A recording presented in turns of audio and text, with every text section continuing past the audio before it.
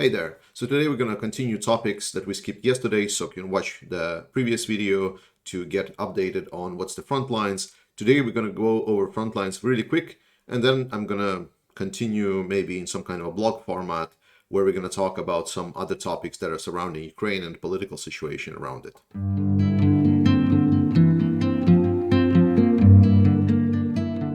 First things first, let's continue and consider if anything happened during the day. And what we can see and reports that we get is that we were absolutely correct on our predictions. Another confirmation that you should follow this channel because we were so much ahead of the curve about how the situation will develop, and it developed exactly how we predicted it, and I'm very happy to say. So Russians are leaving Kharkiv Oblast, and they're setting up the defense along the Oskil River right here. So that's where the Kharkiv front right now is going to be. Ukrainians are regrouping. They are preparing maybe to advance further. But to be honest, there is not that many key cities in this area that would be of strategic significance. This area obviously needs to be freed up. But to be honest, the only city that is here that would be of interest is Starobilsk, because there is a railway line. But if you notice, the railway line actually goes to the city of Troitske, and it's well within the range of Ukrainian artillery. So that rail line might not be surviving for long. Now, a little bit more of developments today, what happened around Svyatokirsk. Remember, hold this area, we didn't know what's the situation. Today we got confirmation that Svyatokirsk indeed was liberated by the Ukrainian forces. This is great. This allows basically this whole area to be contested, which is really good. Ukrainians continue their advance towards Liman and Yampil. Despite a lot of the claims, these cities still experience a lot of fighting, and they have not been taken by the Ukrainians yet. Ukrainians are also pushing north to Bilohorivka, as far as I've heard, with some success, and towards Verkhnokamenka as well. But they have not been liberated yet. And obviously this means that there is no Ukrainian forces inside of Lysychansk and Severodonetsk. Now, a lot of the people were claiming that there was some activity in Kremnina or another village that was somewhere here at the northern part, that Ukrainian flag appeared and there was pictures of it. It's important to know that there's also partisan activity. Remember, this is an occupied territory. There's still a lot of people that want to resist the occupation. So they could have just done it to demoralize Russians. This is normal. So far, we know that Ukrainian forces have not advanced towards it.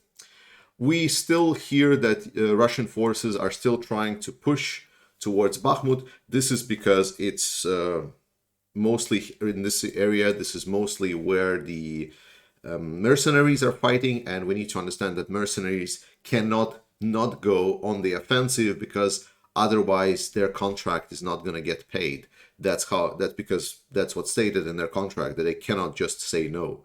That's what you get for being a mercenary. So they need to advance despite how futile it has been. But so we get.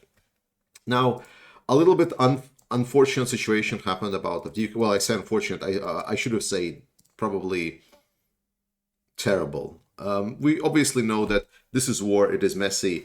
And Ukraine also has its fair share of commanders that maybe either want to be heroes or want to or other evaluate the situation differently. I don't know. No one knows what kind of situation, but we know that some kind of an attacks were tried and attempted towards the Donetsk airport. And tell you honestly, the attacks, there is actually a video of the attacks, and they were kind of dumb because they were just sent people into the front lines, like right up ahead, without any major tank or artillery support as far as I can see. And a lot of Ukrainian troops just died for nothing. So it is not for me to decide, but this is a fact, and we need to state the fact when it is obvious. I am not a neutral party. I really want Ukraine to win. I really think that Ukrainian army overall is pretty good and can win this war, but we need to state when the things like this happen, because that's not okay. You should not just send your men to die. Maybe they thought that because of the whole activity in Kharkiv region, then these forces would also run. I don't know. Then we also get some reports that Ukrainians are gathering somewhere in this area, and apparently Russians, their Telegram channels are panicking. they might attack. I cannot confirm or deny that information. When it's going to happen, you will be the first to know. And let's quickly go over to the Kherson area. I got a really good question about the Kherson area. It was, how long do you think this siege would last? Well, firstly, right now, the information is already that there has been some kind of negotiations between the forces that are stuck here on the Kherson Kherson area and between Ukrainian forces. So they already are looking to negotiate. But it might be just information warfare. And then the important part is we need to understand a simple thing that is true not only for war, but any kind of activity, business, and so on. First thing that someone tells you about any kind of use of resources is if you do not use your resources, if they're just laying down, they're dead weight, they're waste. So what happened here right now is that Russian got a lot of very battle-capable troops here. That's why for Ukrainians it's very hard to advance. But the fact that the troops are here at all and not protecting other regions of the country is already showing that they're just not using these resources. And it's not only that they're not using them, again, attrition is still working to Ukrainian favor. This might continue for a month, for 2 months, but it doesn't matter. The troops are not getting used. That means it's just dead weight for the Russian military. Kherson is working already. Like, we don't need to wait until the Russians surrender. It's already doing its part in the war. With this, I want to quickly end the overview. So if you came here just for the map, it's a good time to stop. And then for the other ones, I will actually switch to my blogging camera. And we're going to talk about the other parts of the war that are not directly linked to the actual battle lines and map separation. So one of the big things I think that was underscored is that we didn't talk about the casualties long enough, about what kind of casualties was experiencing Russians when they fled the Kharkiv Oblast. Because the number of captured troops is not that high. It is in hundreds, but it's not in thousands. That was, I guess, expected by some people. Well, firstly, we do know that they tried to escape. We do know that a lot of the trucks full with people were running away. Some of them got hit, but the actual casualties were not that high. But we need to understand one thing with this kind of routing and this kind of attack that happened. First, casualties we know of. It's how many Russians are killed. And there is plenty. There are plenty. We've seen videos. There is plenty of pretty dead orcs, which is good. The second casualty is wounded. Again, it's a simple one. We saw a lot of dead orcs. That means there's also somewhere a lot of injured orcs. Very good. So we definitely know that part. Some counting vary. Someone pulled the number of 7,000 randomly from somewhere. I have no idea where they came up with this number. I couldn't find any proof that confirms this number from any source. It was just like 7,000. There we go. Yeah, who counted that? I don't know. Anyway, especially because there are still pockets of resistance around Izium. Like, maybe not as many as 24 hours before, but still quite a lot. Then the next one is the one that we don't talk enough, is the refusals. Like in the Russian army, right? This is not a war. Russia has not declared this as an actual war. So the Russian military can actually decline participation in this war. And we know that after a couple of months, the decline rate was going up and up and up. And after the withdrawal from Kiev, the withdrawal rate of the Russian forces came to about 35 to 40%. That's what we know from official sources.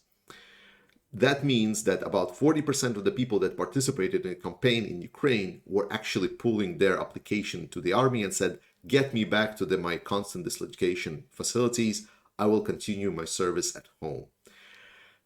However, what Russians said, like, no, we need manpower. So what the Russian commanders were ordered is to essentially stockpile their letters, to make it as long as possible, as humanly capable, to hold these letters, tell them that the letters were lost, like round send them letters, basically do anything, because one of the things that we saw on the pictures whenever like some kind of unpacking of the command headquarters we saw from Izium was the stockpiles of refusal letters from the military. The problem is that Russia made it so that military that want to withdraw, they cannot just drive from the border, because that is defection, right? You cannot just leave your orders because you're technically, however, within your country you can do that. So within Russia you can just basically go to the nearest police station and say, hey, I got lost, I'm a military, this is my dislocation facility, can you get me to my dislocation facility?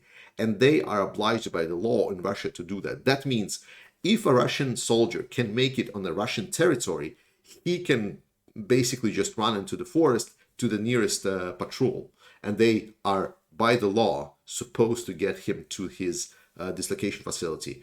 And unfortunately, because Russia plays pretend with the law and stuff, and it's not a completely this lawless totalitarian state, they abiding by their same own weird twisted laws. So that means that a lot of the troops that now escaped the Izium, they are now basically, like, think about this way. You get a bunch of people that just barely escaped death. They are scared shitless, and they're coming out, and then it's like, okay, time for you to regroup, and you're going back in. First thing they're gonna hear is, fuck off. And I can guarantee you that it's more than 40% that is refusing to go back to Ukraine. That means that of a lot of the orcs that escaped, not a lot of them are coming back. That's why it's additional win, despite people are claiming, oh, there's not that many captured or dead orcs. Yes, but they're still not coming back. So that is an important thing that not always is completely spoken through, and I want you just to know about this. The next thing that I want to talk is about, like, well, Russia can still, get enough troops. Like the Chechens are now posting those scary videos. Well, important thing to understand why Chechens are so afraid of. Inside Russia, they are a big boogeyman because Chechen leader, basically Ramzan Kadyrov, got all of these powers granted to him by Putin to essentially kill his own people and subjugate his own people after the Second Chechen War. This also created a lot of lawlessness for Chechens. So whenever Chechens did something, it was not the Russian internal forces that were dealing with Chechens, but rather the Ramzan himself. And that created this image of Chechens. While you are big and strong and you're supporting you're supporting Kadyrov, you are essentially a good Chechen. And don't get me wrong, I know the difference between Kadyrovs and Chechens. Chechens, the actual Chechens, they do not support Kadyrov. The actual name is Kadyrovtsi, but it's just not that commonly used, and I just want to explain this for my Western audience. So I'm asking a little bit of sorry. Oh my God, I'm asking sorry to Chechen people. Don't take it the wrong way, but this is just funny. I caught myself on this. But I definitely know the difference between the Kadyrovtsi and Chechen. It's just not a very common thing for a Westerner to know, and I'm just explaining some of these things. And inside of Russia, because of this lawlessness, Chechens became these boogeymans, like the Kadyrovs, the scary thing. The problem is, it is inside Russia only. Ukrainians, they don't have this mental state that they are in some sort more of a threat than any other Russian soldiers. Moreover, over this scale of the war, we already saw that they are mostly known in Ukraine as TikTok troops. They are being laughed at because they try to put themselves out in a picture. They have all these fancy uniforms. They're not even wearing sometimes the army shoes, but rather like Prada shoes or something like this. They are being laughed at in Ukraine. Ukrainians are not scared of them. Who is scared of them for some reason is the Westerners. We in the West have weird perception that, well, firstly, we were scared of the Russians, period. And then inside Russia, there is also scary Chechens. And then we're scared of Chechens even more. Well, I mean, the Kadyrovtsi, obviously. So I don't know why we are still following this image. This is one of the myths. We already started slowly getting away from the myth of Russia being this great and terrifying state. And I think it's about time we in the West also stop thinking about Kadyrovtsi as this big threatening military force, because they are not. They are as people as they are. Nothing special about them. And there's actually now right now a big negotiation, big talks going on about the fact that there is now finance ministry have released they leaked the letter about that the finance ministry of Russia is supposed to pay retributions for 50,000 dead Russians, and someone say, oh, look at it, that means that there is 50,000 dead Russians. But I say, it's Russia, they might be stealing, they might be lying for something, who cares? Like, Russian soldiers do not matter. You know what matters? Ukraine matters. And to make sure that Ukraine matters, you must subscribe to this channel and share a link to this video. Oh my God, man, I'm writing these lines. They're going out really well, but they are really cringe when I'm pronouncing that. Anyway, subscribe, and big thanks to all of my Patreons. Remember, I'm running this channel non-profits, so whatever my Patreons and members of this channel and people that you're watching and subscribing and liking, everything that I can, I will send to Ukrainian military, and some of the other money I will just spend to improve this channel, to get a better camera, for example, and get some actual proper light and not just have my top light. With that said, let's continue. So, Russia yesterday attacked the Ukrainian energy network, and we need to understand that while it was somewhat terrifying, it was a premature trigger. It was because Putin is running out of leverage. He's running out of ability to influence any kind of, he's losing his position as a scary boogeyman, right? He's losing leverage. His army is running. He needs to influence Ukraine somehow. He was supposed to, this is the second time he is doing it prematurely. First one, he cut the gas supplies to Europe too early. Europe is still, the temperature is still fine. Europe is not going to experience the same neglect, the same resistance to the fact that it's cold outside and we're not going to be able to get the gas. It's still not that cold. We're not having this fear factor influence us. So he did it prematurely. Now he's striking the Ukrainian infrastructure. Again, this is something that he should have been doing around late November, starting December, when the colds kick in, when the people that get suddenly no electricity, no heating, they're like getting scared and they are afraid. And I can say that even if that happened then, it would not fucking matter, because I've been to Ukraine, I've talked with Ukrainians, and anyone who has been to Ukraine and talked with Ukrainians know how much a different kind of people they are. While they obviously like their nice and cozy apartments and so on, they're also very, handy, you can say. I've seen people, whenever they don't have hot water for some reason, because after 2014, Ukraine was kind of struggling with a lot of money, so they had to save to make the ends meet. So they had sometimes no hot water, and then they would either try to boil it up. I've seen people actually prepare the water in advance or boiling over the fireplace sometimes. I've been to places where there was, for example, they had something that's called partial switch off for electricity for some areas within Ukraine. And Ukrainians literally had like a schedule. Okay, I'm going to do this thing while the electricity is there. Once the electricity is out, when it happens, because not always they knew when they would happen. And I had, and then I have a list of tasks that I will do when the electricity goes on. Then I saw, for example, some people gathering out for a party, and then, suddenly they don't have a mirror. What to do? Well, this fridge is shiny enough. Even this small thing, people using the fridge because it's shiny enough and using the phone to shine on it to get more reflection on the light. That just shows the ingenuity and the resistance and the mentality of the Ukrainian people. People are living through the war for 6 months now. I am pretty sure by this point they can take anything. So whatever Putin has in his mind, he does not understand Ukrainians, period. And one of the big things also that the Russia can do is also said about being mobilization. Well, the problem with mobilization I already discussed a little bit. But the biggest part is that it's not going to bring a lot of capable troops. mobilization does not give you experts in the areas. Moreover, what kind of equipment are you going to get? We already see that the Third Army Corps, while they get some kind of a more or less good tanks, which by the way got exploded. Like a lot of the Third Army Corps got exploded by HIMARS because once the Ukraine started attacking and all that fancy convoy of theirs, like long ass convoy, was spotted by the partisans and drones, they got their location and they got absolutely HIMARS. There's plenty of pictures showing like just convoys, like a whole line of the road just burning nonstop, and they never made it. So it's the same thing. Like, yes, you're gonna make them, but like you're already running out of any kind of good equipment. Russia will have to give them essentially the shittiest equipment there is.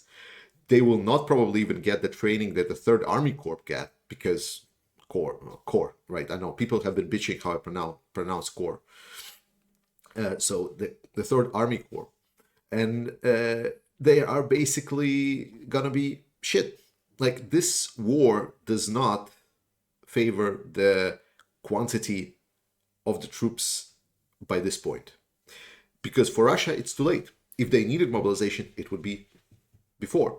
Now, after this, and we're coming to the next important point, is that after the Rammstein meeting that happened exactly as the Ukraine was conducting its offensive operation, an offensive operation was an enormous success. You saw my video that I did a couple of days ago talking about it. It was excellent. It was exactly on time. And I made a video as well, you should watch that one, where I talked about Ukrainian gamble. I was talking it in the context of Kherson offensive, right? But the idea still stands, even with the Kharkov offensive. The gamble that were happening was Russia stating, we're going to stale this war, we're going to go into the winter, we're going to pressure Europe, turn off the gas, we're going to say that this war is not going anywhere, and then Europe's going to fold, and they're going to pressure Ukraine to negotiate. Maybe we give them back some territory, but we get to keep Crimea, for example, and Donetsk, Luhansk, whatever. So we negotiate. Minsk 3, essentially. And then we regroup, couple of years, get strengths, learn on our mistakes, capture territory again. Doesn't matter. But Ukraine had, okay, our gamble is send us weapons right now. That's what Ukraine said. Send us weapons right now. We promise we can attack. We can recapture territory. We're going to show you that. And basically it was, it was boiling. So when it's coming, when it's coming, when it's coming. Then Kharkiv started. Not Kharkiv, Kherson started. He was like, yes, here it comes. And then grinded to a halt. And everyone was like, well, I guess Ukraine can't. It was still a success. A lot of military analysts said it's genius. What Ukraine did, it's still genius. Like, the troops are trapped, they're going to be squeezed out, and at some point they will fold. Kherson will be liberated at some point. Don't get this wrong. There is no way that it will not be. This war is going only one way only. And someone was even suggesting this, like, oh yeah, maybe Ukraine should already start negotiating with the United Nations, so then they can conduct referendum around Donbass and Crimea to then maybe consider if they want to... Fuck no. There is only one way how this war ends. Ukraine receives all the territory that it belongs, that officially belongs to them by law. Russia gets the fuck out. Russia pays reparations to Ukraine and admits defeat, and then they can do whatever the fuck they want. And with that said, Ukraine then launched the Kharkiv offensive, exactly as the Rammstein meeting was there. And that removed any question that was on the table. It became completely obvious that Ukraine is not only capable, but is putting a really good use. One of the most frequent comments that I've heard is, I've never been more proud as a US taxpayer. If that is not a statement, I don't know what is. Because I think, especially, this is very important for Ukraine, for Americans, my American friends the most. Because we saw the problem with Afghanistan, right? We saw this situation, and I think there was this lingering, at least this is my perspective as a European, there was this lingering leftover, well, we don't want, again, to our money that we spend so much and then just go to waste. I think that's a fair assessment. And then Ukraine comes out swinging his schlong, saying, let's go, Russians out.